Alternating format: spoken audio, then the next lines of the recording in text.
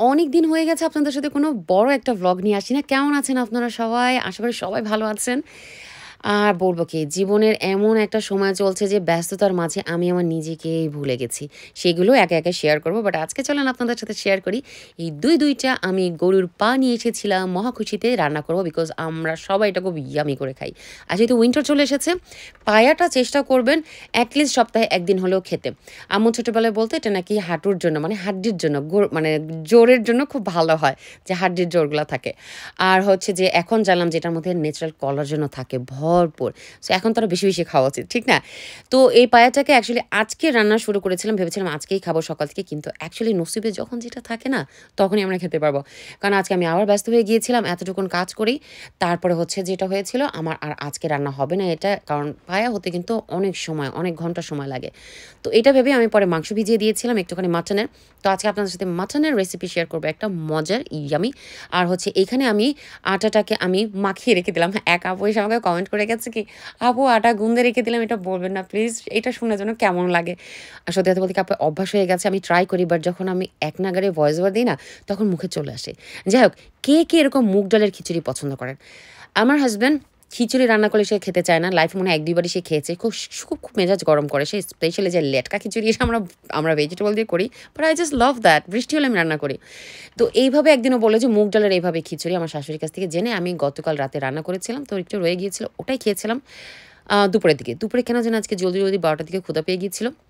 পরে বাচ্চাদের স্কুল থেকে উঠিয়ে নিয়ে আসার পর দেখলাম যে বাচ্চাদের বার্গার যখন দিচ্ছি তখন আবার ক্ষুধা পেয়ে গেছে। আজকাল খালি খিদা পায়। খিদা। যাই হোক, আবারও খিদার কাহিনী। চলেন পায়াটা চড়াই। পায়ার জন্য আমি এলাচি না সরি দারচিনি, তেজপাতা, গোলমরিচ আর হচ্ছে লবঙ্গ দিয়ে আমি একটুখানি আদা রসুন ফ্রেশ এরকম করে ক্রাশ করে দিয়ে দিব পানি দিয়ে চড়িয়ে লবণ দিয়ে। এটা হবে অ্যাকচুয়ালি আজকে যে বিকেলে চড়ালাম এটা সময় ছিল কয়টা ৪টা ৪:৩০ দিকে চড়ালাম। রাত অবধি প্রায় ৫-৬ ঘন্টার মতো জাল দিব। এটা আমাদের পরের দিনই খাওয়া হবে। আর আপাতত আজকের জন্য আমরা মাটন যে ভিজিয়ে রেখেছিলাম ওটার জন্য আমি পেঁয়াজ দিয়ে দিলাম। পেঁয়াজটাকে আমি ব্রাউন করতে দেবো একটু। ব্রাউন করতে দিয়ে আমি চলে যাবো আমার জীবনযুদ্ধে। ও গড! এগুলো না শেষই হয় না। এখন আমার মাংসগুলো ধুতে হবে যেটা ভিজিয়ে রেখেছি। সিঙ্ক খালি নেই। তো জলদি আমি করে ফেললাম সকাল থেকে। অ্যাকচুয়ালি কাজ আমার এত ছিল যেটা আমার আর ধোয়া পাকলা হয়নি। আর ধোয়া পাকলা কেন জানি হতেই থাকে মানে জমতেই থাকে। এটা যারা গৃহিণী দেখবেন যে একবেলা ধুয়ে পরিষ্কার করেছেন দ্বিতীয় বেলা আবার চলে এসেছে। তো এই তোমার মাংস ধোয়া শেষ। পেঁয়াজটা আমার ব্রাউন হয়ে গেছে। ব্রাউন হয়ে যাওয়ার পর আমি এই পর্যায়ে আমি মাংসটা দিয়ে দিই। এতে আমি এভাবে কেন রান্না করি জানেন? চিকেনটাও সামটাইমস আমি এভাবে করি। এতে তাড়াতাড়ি রান্না হয়ে যায়। কারণ মসলা আলাদা করে কিন্তু কষাতে গেলে ১৫-২০ মিনিট এক্সট্রা লেগে যায়। তো ওটা হতে আমি আমার গতকাল রাতে ধোয়া যে জিনিসগুলো ছিল ডিশওয়াশারে কিন্তু আমার জীবনযুদ্ধ কমিয়ে দিতে পারে আপনারা বলতে পারেন, রাইট?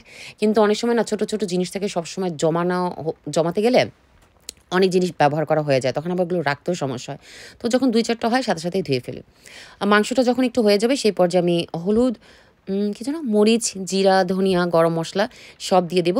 দিয়ে কুক করতে দিয়ে দিব। এগুলো আমি রেখে দিব। আর যেহেতু আমার ওপেন প্ল্যান কিচেন চটজলদি একটু ঝাড়ু দিয়ে দিব। কারণ সাথে কাজ যদি সাথে করা না হয় তাহলে অনেক জমে যায় আমি দেখেছি। আর তখন না করতেও ইচ্ছা হয় না, দেখতেও বাজে লাগে আর বাচ্চারা নিজেরাই অস্বস্তি ফিল করে। কারণ ছোট ২ জন তো লুটিপুটি খায় ফ্লোরের মধ্যে গিয়ে আমার নিজেরই খারাপ লাগে। তো যখন এরকমই যে হয়ে গেছে প্রায় ১৫-২০ মিনিট পর আমি আমার কি বলে এটাকে টমেটো পিউরি করে রেখেছিলাম ওটা দিয়ে দিব। এই পাকিস্তানি ডিশগুলোতে অ্যাকচুয়ালি টমেটো যাবে। আর এটার স্বাদটা চেঞ্জ করে দেয়। আর এটার জন্য রুটি দিয়ে খেতে বেশ ভালো লাগে। আমাদের বাংলাদেশিটাও রুটি দিয়ে খেতে ভালো লাগে।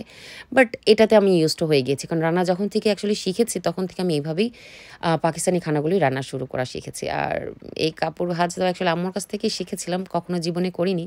জানতাম না আমার উপরেও এরকম আসবে। মানে জানতাম মানে বিলিভ করতে ইচ্ছা হতো না। আম্মুর কাছে গিয়ে কাপড় খুঁজতাম ভাঁজ করা কাপড়। আম্মু এটা কথা, ওটা কথা। এখন আমার হাসব্যান্ড আর বাচ্চারা এসে আমার কাছে খুঁজে। সো যখন এরকম স্তূপ হয়ে গিয়েছিল ৩-৪ দিনের, আমি তখন নিজে পাগল হয়ে যাচ্ছিলাম। পরে বললাম, "না ভাই, এই কাজ এসে আমাকে কেউ করে দিয়ে যাবে না। আমারটা আমার নিজেরই করতে হবে।" সো বাস বিসমিল্লাহ বলে বসে পড়েছিলাম। সবগুলো ভাঁজ করে রাখবো। এরপর হচ্ছে সব আমি হাসব্যান্ড আসার পর হাসব্যান্ডকে নিবো, ছেলেকে নিবো, নিয়ে বলবো, "যারটা যাও, জায়গা মতো রাখো।" তো আপাতত আমার হাসব্যান্ড আসার পর যে কাজটা ওকে দিয়ে করাতে আমার ভাল লাগে। এই যে চালটা, আটাটা রাখা, সবকিছু ছোট জিনিস। ঘরের কাজগুলো অ্যাকচুয়ালি বিদেশে যে সব হাসব্যান্ড করে তা কিন্তু না। বাট যখন যারা করে তাদেরকে অ্যাকচুয়ালি আমি রিয়েলি স্যালুট জানাই। বিকজ মেয়ে মানুষ এখানে একা আমরা ঘরে কাজ করে কিন্তু টায়ার্ড হয়ে যাই। যাই হোক, এখানে হচ্ছে আমাদের আটা যেটাকে আমি ট্রাই করেছিলাম আজকে এভাবে বানানোর একটা ভিডিও দেখে। তারটা খুব সুন্দর হয়েছিল, আমারটা একটুখানি শক্ত হয়ে গিয়েছিল। খাওয়া গেছে, ওটাকে আমরা বাটার দিয়ে পরে খেয়েছি কিন্তু তরকারি দিয়ে খাওয়ার উপযোগী ছিল না। তো আমি এটা একদিন দেখি, একদিন না একদিন তো এটা ঠিক হবেই। হলে তখন আপনাদের সাথে শেয়ার করবো এসে পারফেক্টটা রেসিপি সহ। আর বাকিটা দিয়ে আমি আসলে নান বানিয়ে ফেলেছিলাম। মাংস আমার হয়ে গিয়েছিল, দিয়ে দিলাম বুলেট চিলি, একটুখানি আদা কুচি করে আর ধনিয়া পাতা। কারণ এই কয়েকটা জিনিস ছাড়া ল্যাম্ব কারাই বা সরি মাটন কারাই করেছি, মাটন কারাই টেস্ট আসবে না। পায়া বলছে, "আমি এখনো রেডি হইনি।" আই নো, তোমাকে আমরা কালকে খাবো ইনশাআল্লাহ। মিন্ট সসটা দই দিয়ে রেডি করে ফেলেছিলাম। খাওয়া খাবো আল্লাহর রহমতে। আরেকটা সুন্দর দিন গেছে, রহমতের দিন গেছে, মাথার উপর ছাদ আছে, খাওয়া পাচ্ছি, সুস্থ আছি। এই হচ্ছে সবচেয়ে বড় কথা। সবাই দোয়া রাখবেন আপনাদের জন্য, আর আপনাদের জন্য অনেক দোয়ার ভালোবাসা রইল। আজকের জন্য এখানেই বিদায় নেই। আল্লাহ হাফেজ।